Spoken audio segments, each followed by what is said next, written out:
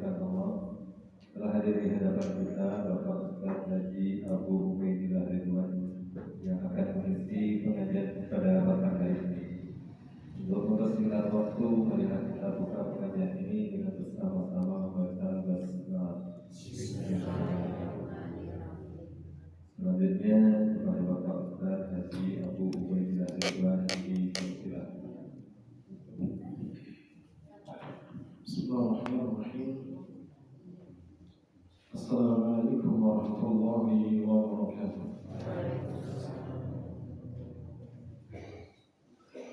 Innal hamdalillah nahmaduhu wa nasta'inuhu wa nastaghfiruh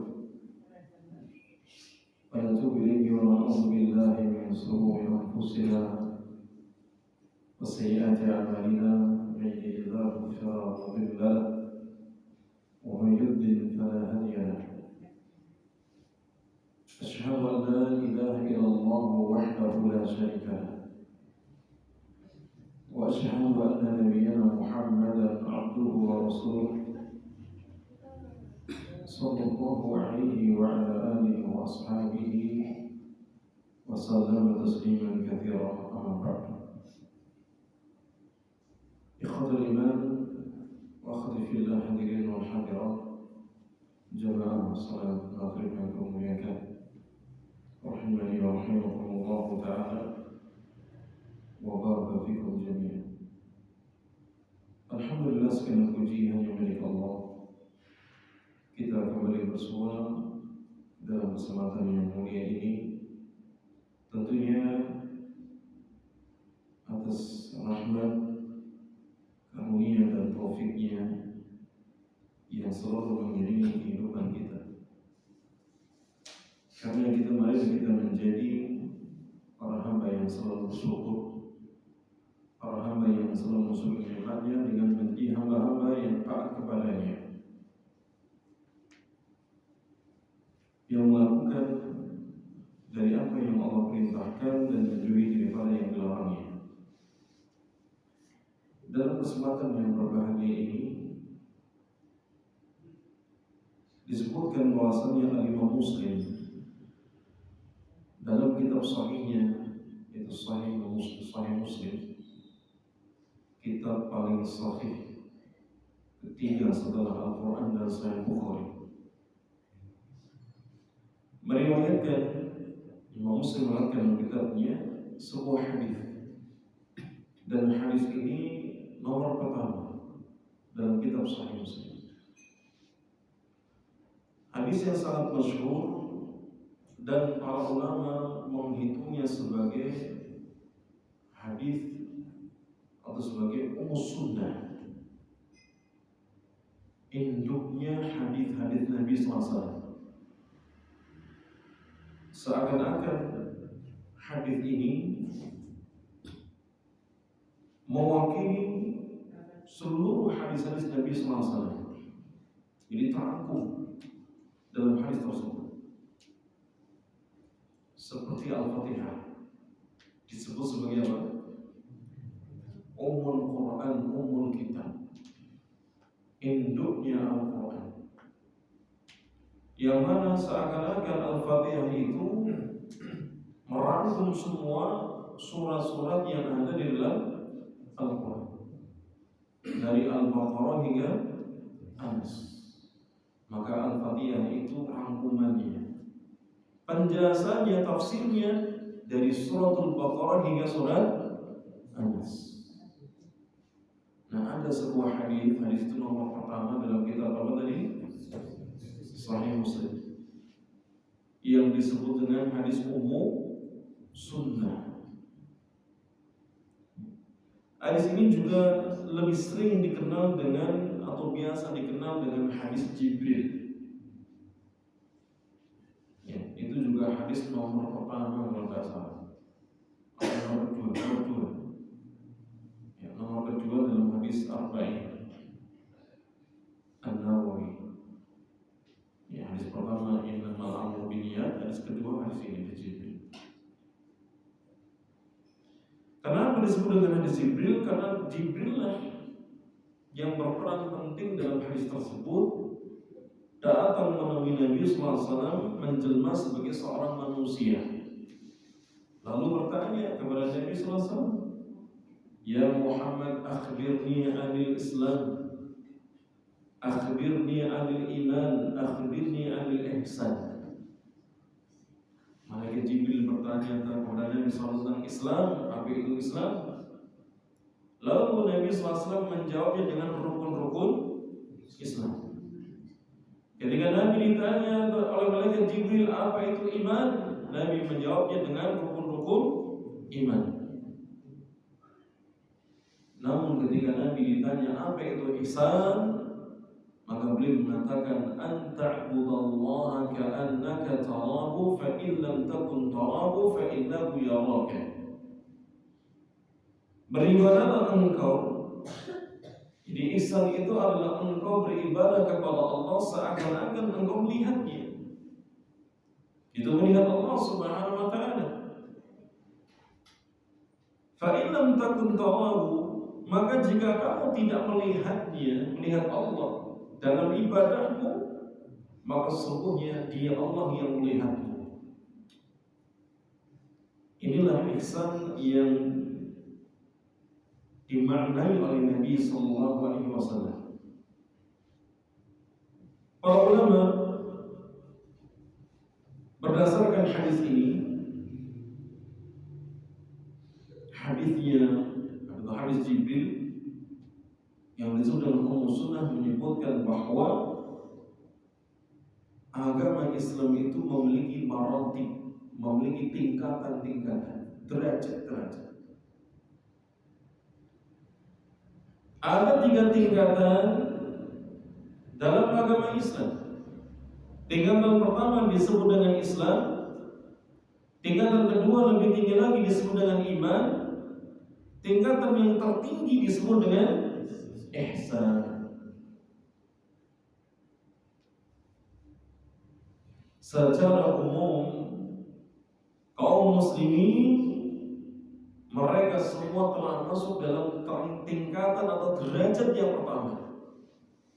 Ketika mereka mengucapkan kalimat syahadatain, asyhadu an la ilaha illallah wa asyhadu anna Muhammadar Rasulullah, mereka semua masuk dalam tingkatan Islam, tingkatan yang pertama.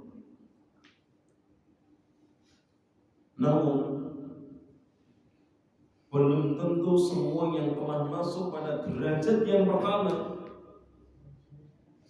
dia dikatakan disebut telah masuk pada derajat yang kedua.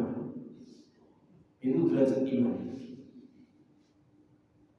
Maka tidak semua orang muslim itu beriman, dikatakan mukmin. Tidak semua orang yang Islam dikatakan mukmin. Namun yang mukmin pasti muslim. Karena antara iman dengan Islam memiliki tingkatan yang berbeda. Setiap yang masuk Islam dikatakan muslim, tapi belum tentu masuk pada tingkatan yang kedua, yaitu iman, mukmin atau mukmin. Tingkatan yang kedua belum tentu.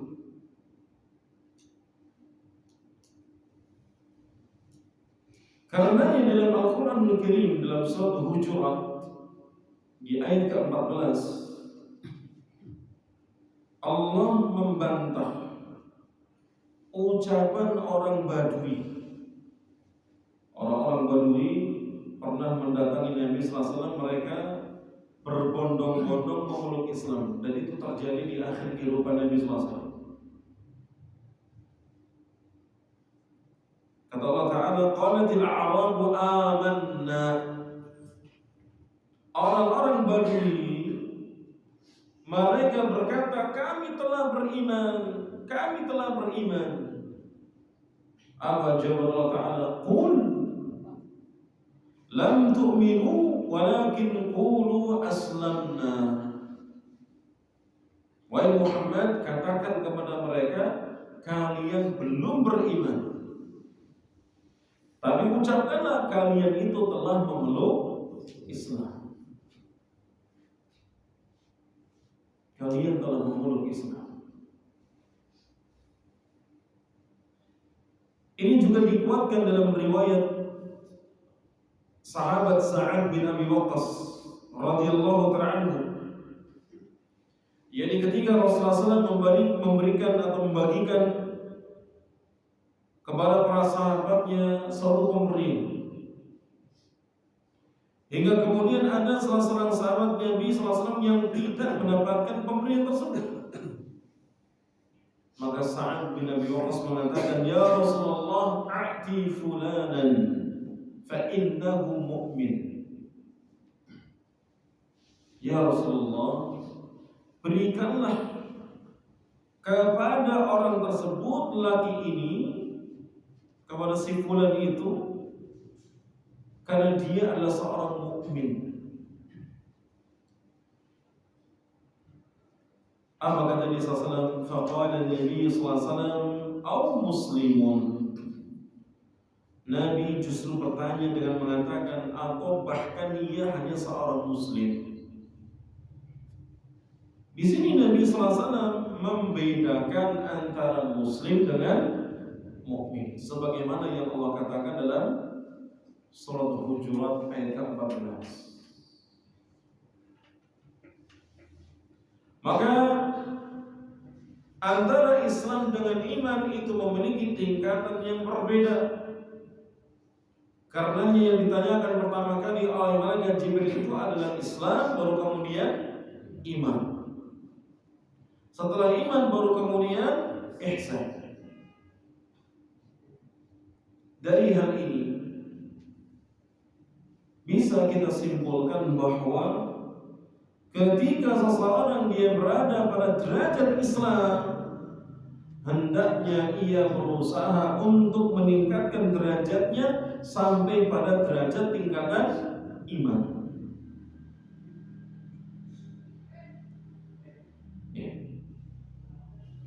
Orang dia mengerjakan sholat misalnya, kalau mengerjakan sholat hanya perhatian kepada takbir hingga salamnya, lalu dia tidak menghayati apa yang ia kerjakan di dalam sholat, atau motivasinya bukan karena Allah Subhanahu wa ta'ala, tidak masuk derajat iman, apalagi ihsan. Kalau ada orang dia itu melakukan sholat karena si A, bukan karena Allah, itu bukan karena iman.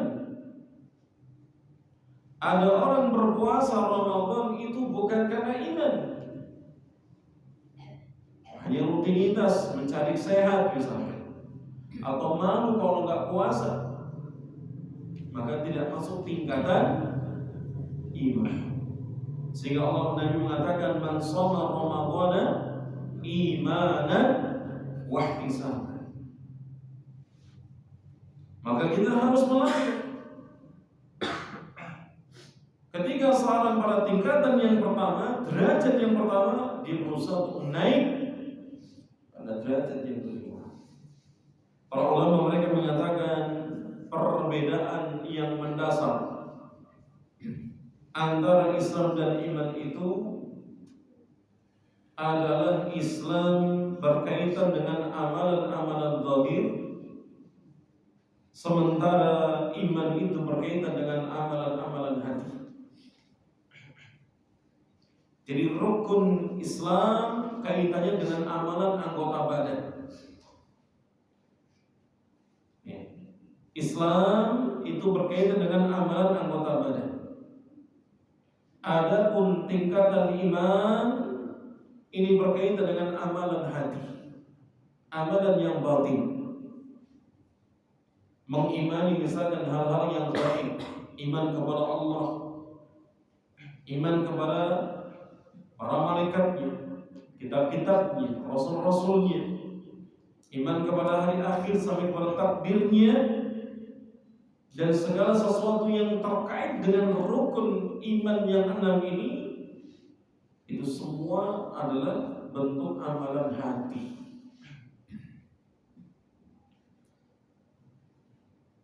Kalau seorang sekedar hanya mengucapkan dengan lisannya tanpa ada pembenaran dalam hatinya, tidak sempurna keimanannya. apalagi tidak diwujudkan dalam amalan. Sehingga Ahlus Sunnah wal Jamaah mereka mengatakan al-imanu qaulun wa amalun wa i'tiqadun. Iman itu adalah ucapan, perbuatan dan keyakinan. Maka siapa saja yang melakukan suatu amalan sebagai bentuk realisasi wujud dari iman dia, sempurna imannya. Dan berapa banyak amalan-amalan yang zahir itu selalu dikaitkan dengan iman. Man kana yu'minu billahi wal yawmil akhir falyaqul khairan aw liyasmut. Man kana yu'minu billahi wal yawmil akhir falyukrim dhaifahu falyukrim jarahu fala yu'dhi jarahu. Barang siapa yang beriman kepada Allah dan hari akhir, hendaklah ia berkata yang baik. Kalau tidak bisa, maka diamlah. Barang siapa yang beriman kepada Allah dan hari akhir, muliakanlah tamunya, muliakanlah tetangganya, janganlah ia mengganggu daripada tetangganya. Selalu dikaitkan dengan apa? Iman daripada amalan-amalan saleh. Nah, ini kalau kita bicara kaitan Islam dengan iman. Orang sudah masuk pada tingkatan iman setelah Islam itu luar biasa. Dan di sana ada lagi derajat yang lebih tinggi daripada iman. Derajat yang lebih mulia daripada iman itu derajat ihsan. Pelakunya muhsin. Maka jika seorang yang dia sampai pada derajat Islam, maka ia berusaha untuk menaikkan sampai pada derajat iman. Dari derajat iman itulah kemudian dia meningkatkan sampai pada tingkatan derajat ihsan. Kalau sampai pada posisi ihsan, maka berarti dia sampai pada derajat yang tertinggi dalam agama.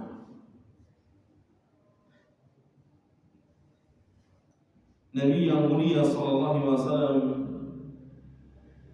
dalam hadis tadi dari Jibril mengartikan ihsan dengan dua hal yang itu menunjukkan derajat daripada ihsan. Ketika Nabi mengatakan anta'budallaha ka'annaka tarah, ini derajat pertama dari ihsan. Fa in lam takun tarahu fa innahu yarak, ini derajat ihsan yang kedua. Kalau kita nggak bisa, atau kalau kita bisa sampai pada derajat yang pertama, alhamdulillah, kita sampai pada derajat ihsan. Kalau kita nggak bisa dengan derajat yang pertama, derajat yang kedua, sampailah kita pada ihsan. Maka ketika Nabi SAW mengatakan engkau beribadah kepada Allah seakan-akan engkau melihatnya, itu derajat yang pertama. Engkau beribadah kepada Allah seakan-akan engkau melihatnya. Itu tingkatan derajat yang pertama dari derajat apa? Ihsan. Beribadah kepada Allah seakan-akan melihat Allah. Bagaimana caranya? Apakah dengan kita membayangkan fisiknya, zatnya? Tidak bisa. Tidak akan mampu. Dan itu kesalahan. Orang membayangkan di depannya ada Allah misalnya ketika sholat, dan dia mesti kalau ketika dibayangkan akan diserupakan dengan makhluk. Padahal Allah mengatakan walam yakun lahu kufuwan ahad, tidak ada yang sepadan semisal dengan Allah Ta'ala. Maka yang dimaksud dengan kalimat anta'budallaha ka'annaka tarah, beribadahlah kepada Allah seakan-akan engkau melihatnya, itu diwujudkan dengan kita menghadirkan di dalam jiwa kita, hati kita akan keagungan, kebesaran Allah Subhanahu wa taala. Itu catat poin pentingnya. Bagaimana Allah Subhanahu wa taala itu mulia dengan sifat-sifatnya. Bagaimana Allah Subhanahu wa taala itu maha tinggi atas seluruh makhluknya. Bagaimana ilmu Allah taala itu meliputi segala sesuatu. Allah maha teliti, Allah maha melihat, Allah maha mendengar. Bagaimana demikian pula Allah Subhanahu wa taala berkuasa atas seluruh makhluknya, yang di langit, yang di bumi, yang di antara keduanya, baik itu manusia atau bangsa jin atau bangsa hewan, semua Allah yang menjadi kuasanya. Allah yang mengatur mereka semua. Allah yang menghidupkan, mematikan pula. Dan Allah tidak butuh kepada makhluknya sama sekali. Lain dengan Tuhan-Tuhan gabungan. Membutuhkan apa? Membutuhkan bantuan daripada makhluknya. Membutuhkan bantuan daripada sesama makhluk ini yang menyembahnya. Orang yang menyembah jin misalnya, jin itu yang butuh dipakani. Orang yang orang yang menyembah sapi itu, sapinya juga butuh dipakani. Saya nyembah kebo ya padha wae. Ya. Misalkan yang nyembahnya Rocky Dul, Dewi Lanjar itu, butuh nggak dipakani mereka? Butuh. Contohnya ada sedekah. Itu kalimat yang tidak tepat. Kok datangkan sedekah laut, ya sedekah bumi itu nggak pas penamaannya. Sedekah dalam Quran, dalam hadis Nabi SAW itu adalah bentuk menafkahi atau memberikan hadiah, memberikan bantuan kepada selainnya. Ada yang dihukumi wajib, ada yang dihukumi sunnah. Ya. Maka tidak tepat. Dan kita bisa lihat berapa banyak Tuhan-Tuhan gadungan yang disembah selain Allah, mereka butuh makan dan minum dari orang-orang yang menyembah mereka. Sampai yang dianggap para wali pun butuh terhadap yang mengagungkannya. Ya. Kalau pengen ketemu harus bawa oleh-oleh. Nanti ada salam tempel. Mau yang diagungkan itu dianggap nabi atau bukan nabi? Dianggap keramat orangnya. Lain dengan Allah Subhanahu wa taala. Allah berkuasa. Allah itu yang berdiri sendiri, tidak membutuhkan bantuan daripada makhluknya. Allah gak membutuhkan ibadah mereka, rasa syukur mereka. Itu Allah. Nah, ketika seorang dia mampu untuk merasakan keagungan Allah dengan demikian, dia sampai pada derajat ihsan yang pertama. Yang kedua, ketika Nabi SAW mengatakan فَإِنْ لَمْ تَكُنْ تَرَاهُ فَإِنَّهُ يَرَاكَ. Jika engkau tidak mampu untuk melihatnya dalam ibadahmu kepadanya, maka sesungguhnya dia sedang melihatmu, sedang mengawasimu dari apa yang kau kerjakan dari ibadah-ibadah tersebut. Itu seorang ketika beribadah dalam kondisi merasa bahwa Allah Ta'ala melihatnya, mengawasinya, mengamatinya. Derajat yang kedua itu dikerjakan, dilakukan ketika seorang tidak mampu mencapai ihsan pada derajat yang pertama.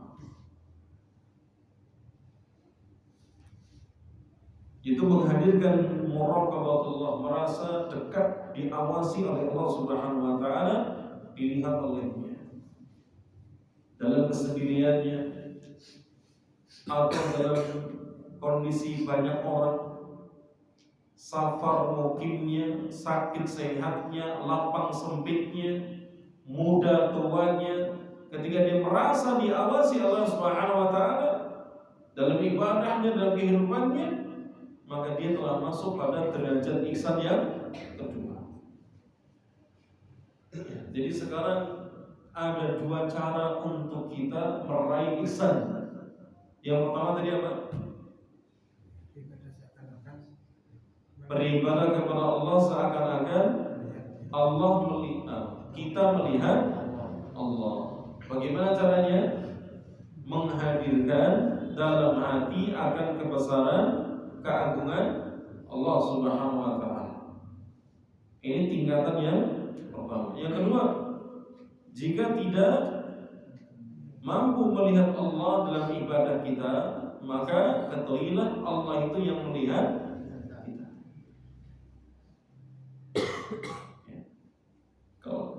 Kalau kita nggak bisa yang pertama, masukkan, hadirkan yang kedua. Maka hendaknya kita berusaha untuk menggapai derajat ihsan, baik itu dengan derajat yang pertama, tingkatan yang pertama, atau tingkatan yang kedua.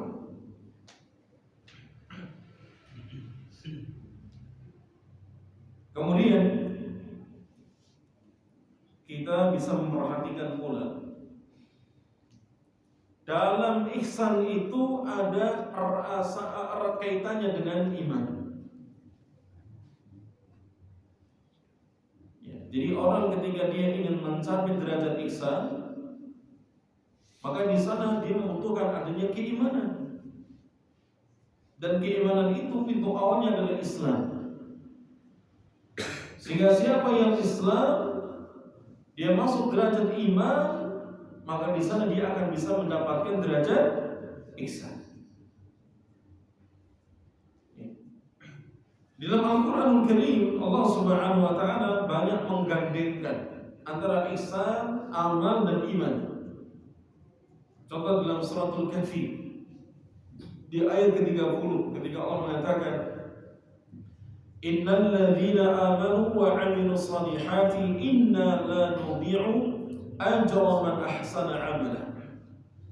Sesungguhnya orang-orang yang beriman dan yang mengerjakan kebajikan, kami benar-benar tidak akan menyia-nyiakan pahala orang-orang yang berbuat ihsan. Demikian pula dalam surah Al-Baqarah di ayat 112 ketika Allah Ta'ala berfirman, Man aslama wajhahu lillahi wa huwa muhsin falahu ajruhu 'inda rabbih wala khaufun 'alaihim wala hum yahzanun. Barang siapa yang menyerahkan diri sepenuhnya kepada Allah dan dia berbuat ihsan, aslama, dan dia berbuat ihsan, maka dia akan mendapatkan pahala di sisi Tuhannya dan tidak ada rasa takut pada mereka dan mereka tidak pula bersedih hati. Sekarang poin terakhir berkaitan dengan ihsan ini, bagaimana cara kita menerapkan ihsan dalam kehidupan sehari-hari kita, terutama dalam kehidupan beribadah. Ketika seorang dia beribadah kepada Allah Subhanahu wa taala, maka berusahalah untuk menghadirkan keagungan Allah di hadapannya. Menghadirkan keagungan Allah di hadapannya. Itulah yang dimaksud melihat Allah ketika beribadah. Kalau dia tidak mampu untuk melakukan hal tersebut, maka yakinlah bahwa Allah Ta'ala sedang melihat kita, sedang melihat orang yang sedang beribadah kepadanya. Misalkan ketika orang dia salat, maka tidak asal salat saja. Namun hendaknya dia menjadikan salatnya itu sampai pada derajat ihsan. Misalkan menghadirkan keyakinan bahwasanya Allah sedang melihat dia. Kalau memang dia tidak mampu untuk melihat Allah dalam salatnya, karenanya Allah mengatakan dalam Quran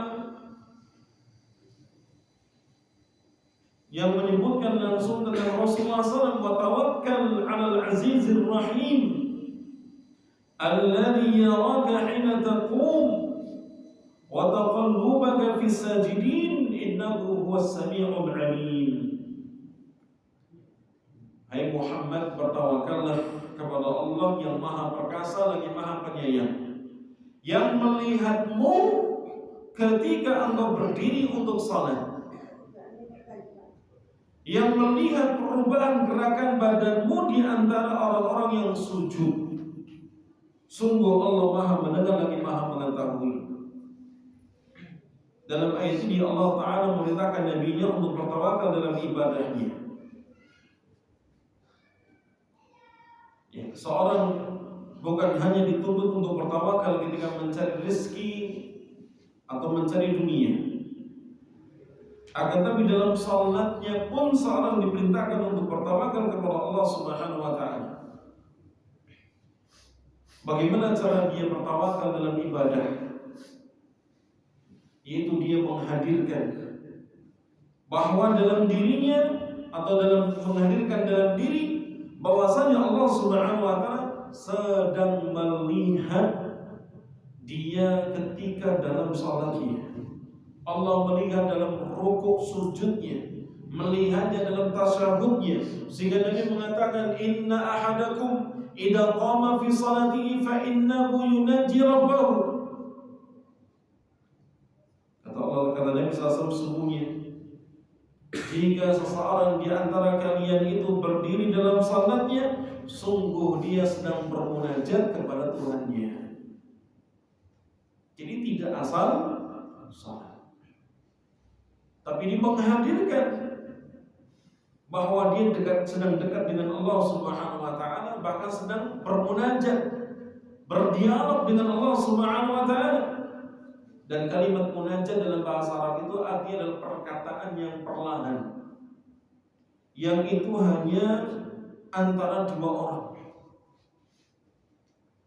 Karenanya ketika seorang sedang salat itu artinya dia sedang berbicara dengan Allah.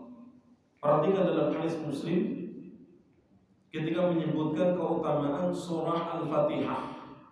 Nama lain surah Al-Fatihah itu adalah As-Salat. Nama lain surah Al-Fatihah adalah apa? As-Salat. Jadi surah As-Salat itu Al-Fatihah. Kenapa? Karena dalam hadis tersebut Allah Ta'ala berfirman, qasamtus salat baini wa baina 'abdi nisfain. Aku bagi salat, maksudnya Al-Fatihah. Aku membagi salat antara hambaku dengan aku itu menjadi dua bagian, setengah-setengah. Kalimat salat dalam hadis ini maksudnya adalah Al-Fatihah. Kenapa? Karena dilanjutkan dalam tersebut, fa idza qala 'abdi, apabila hambaku dia berkata alhamdulillahi rabbil alamin, segala puji hanya milik Allah Rabbul Alamin, maka Allah akan menjawab hamidani 'abdi, hambaku telah memujiku. Hadis ini pula yang menjadi dalil para ulama bahwa basmalah itu bukan bagian ayat Al-Fatihah, bukan bagian satu ayat tersendiri dalam surah Al-Fatihah. Dalilnya hadis ini. Kalau seandainya Al-Fatihah itu ayat pertama, tentunya bukan kalimatnya Alhamdulillah, tapi Bismillahirrahmanirrahim.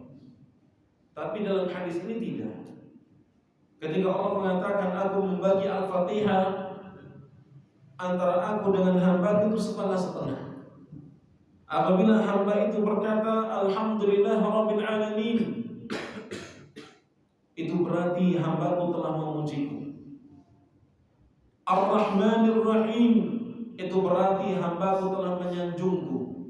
Maliki Yaumiddin, itu berarti hambaku dia telah mengagungkanku. Apabila dia mengatakan iyyaka na'budu wa iyyaka nasta'in, ini adalah perjanjian antara aku dengan hambaku, dan hambaku akan mendapatkan apa yang dia minta. Ketika hambaku dia mengatakan ihdinas siratal mustaqim siratal ladzina an'amta 'alaihim ghairil maghdubi 'alaihim waladdallin, ini adalah apa yang ini adalah untuk hambaku dan apa yang ia minta, maka dia akan mendapatkannya. Kita lihat di sini di dalam surah Al-Fatihah, di dalam salatnya seorang ketika membaca surah Al-Fatihah, benar-benar dia sedang berdialog, bermunajat dengan Allah Subhanahu wa ta'ala. Yang menjadi perhatian kita bersama adalah banyak para imam mereka tidak khusyuk atau tidak berupaya untuk mendapatkan manfaat dari hadis ini, melahirkan sikap ihsan, karena buru-buru cepat-cepat membaca surah Al-Fatihah. Bahkan ada yang membaca itu satu nafas, bahkan ada yang membacanya dengan disambung, misalkan. Ya, meskipun dalam Al Quran dibolehkan misalkan, tapi Nabi SAW membacanya itu ayat per ayat, berhenti. Demikian pula kalau kita dapati dalam salat tarawih misalkan, Al-Fatihahnya cepat, gara-gara ingin apa? Langsung ingin masuk membaca surat. Padahal dalam salat yang lebih penting apa? Suratannya atau Al-Fatihahnya? Al-Fatihah.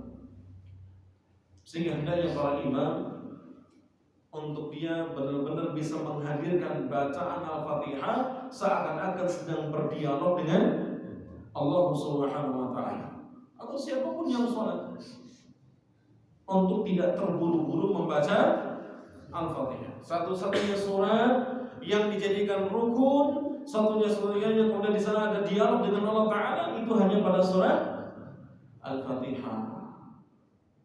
Bacalah dengan tartil, dengan pelan. Yang makmum ikut merasakan, menghadirkan, dia sedang bercakap. Ketika dia mengucapkan Alhamdulillahirabbil alamin, maka Allah akan berkata, hamidani abdi, hambaku telah memujiku. Ar-Rahmanir Rahim, majjadani a'adha alayya abdi, hambaku telah menyanjungku. Maliki yaumiddin, majjadani abdi, hambaku telah mengagungkanku. 3 ayat ini berturut-turut semuanya milik Allah Subhanahu wa ta'ala. Namun ketika seorang mengatakan iyyaka na'budu wa iyyaka nasta'in, ini perjanjian antara seorang hamba dengan Allah Subhanahu wa ta'ala. Kita berjanji hanya beribadah kepada Allah dan minta pertolongan hanya kepada Allah Subhanahu wa ta'ala. Adapun yang diminta bagian hamba itu adalah ketika mengucapkan kalimat ihdinas siratal mustaqim. Pertanyaannya, kalau alhamdulillah itu dengan hadis ini menjadi ayat yang pertama, berarti ayat yang ke-7 yang keberapa? Yang mana itu bunyinya?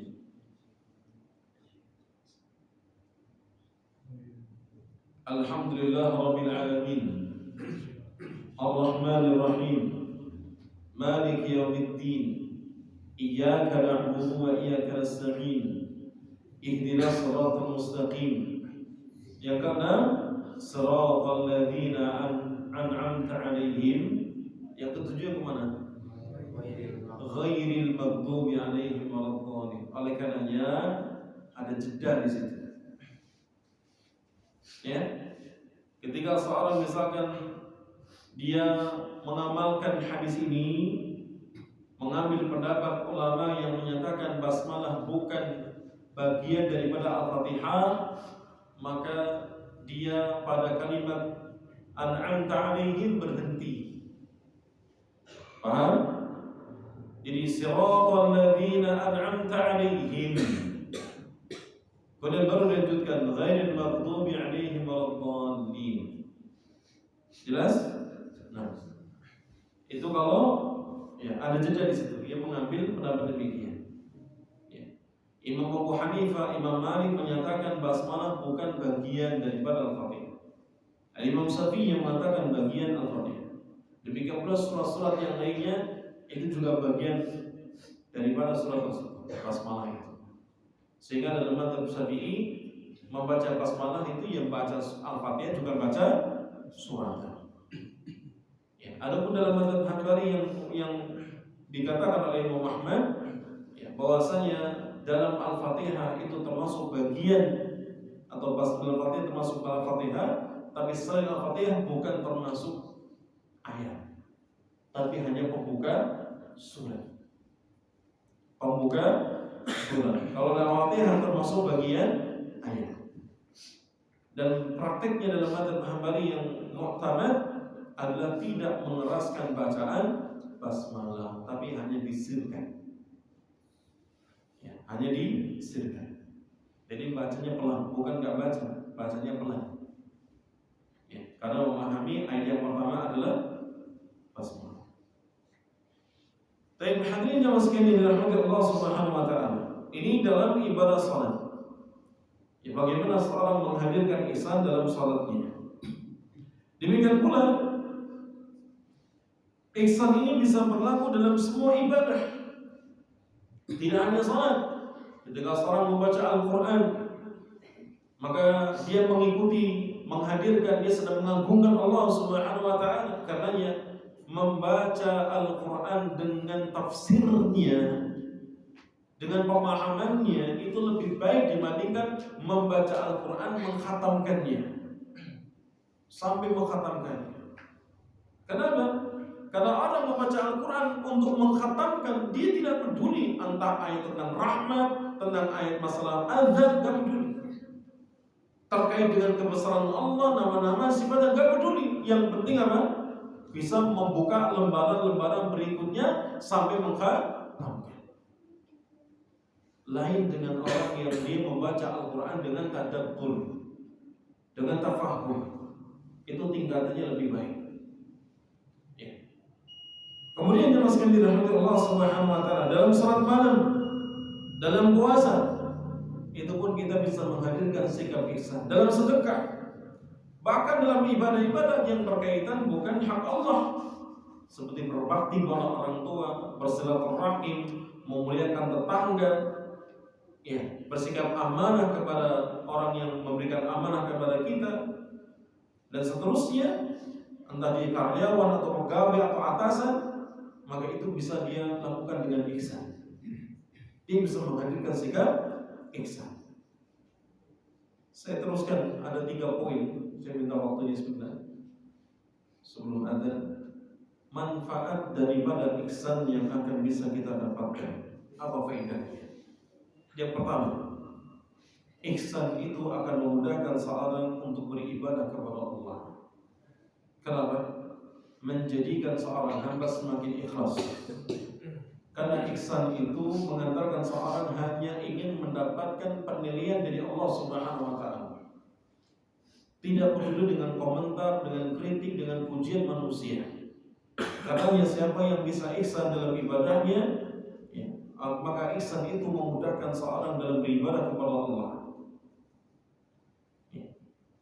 Kemudian yang kedua, di antara manfaat ihsan, ihsan itu akan menjadikan seorang melakukan amal soleh dengan sebaik-baiknya. Sehingga Nabi SAW dalam hadis yang sahih mengatakan, Inna Allah yuhibbu idha amila ahadukum amalan an yutqinahu.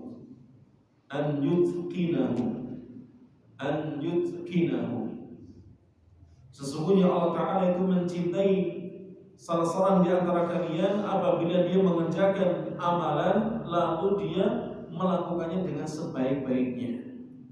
Itqan, mutqin, maksud dilakukan dengan sebaik-baiknya, baik secara kualitas maupun kuantitasnya. Dan yang terakhir, ihsan akan menjadikan seorang itu bisa memandang wajah Allah Subhanahu wa taala.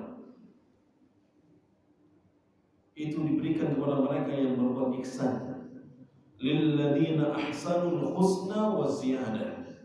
Bagi orang-orang yang berbuat ihsan ada pahala yang terbaik, itu surga, dan ada tambahannya. Ziyadah di sini yang dimaksud adalah kenikmatan untuk melihat wajah Allah Subhanahu wa taala.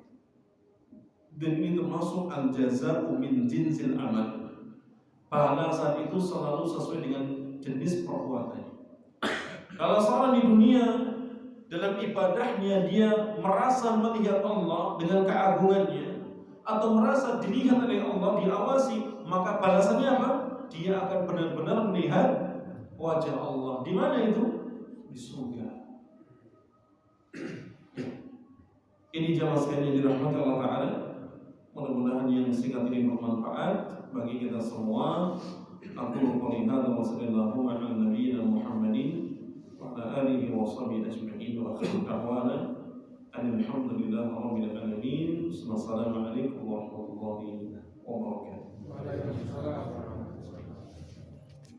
Disampaikan terima kasih kepada Bapak.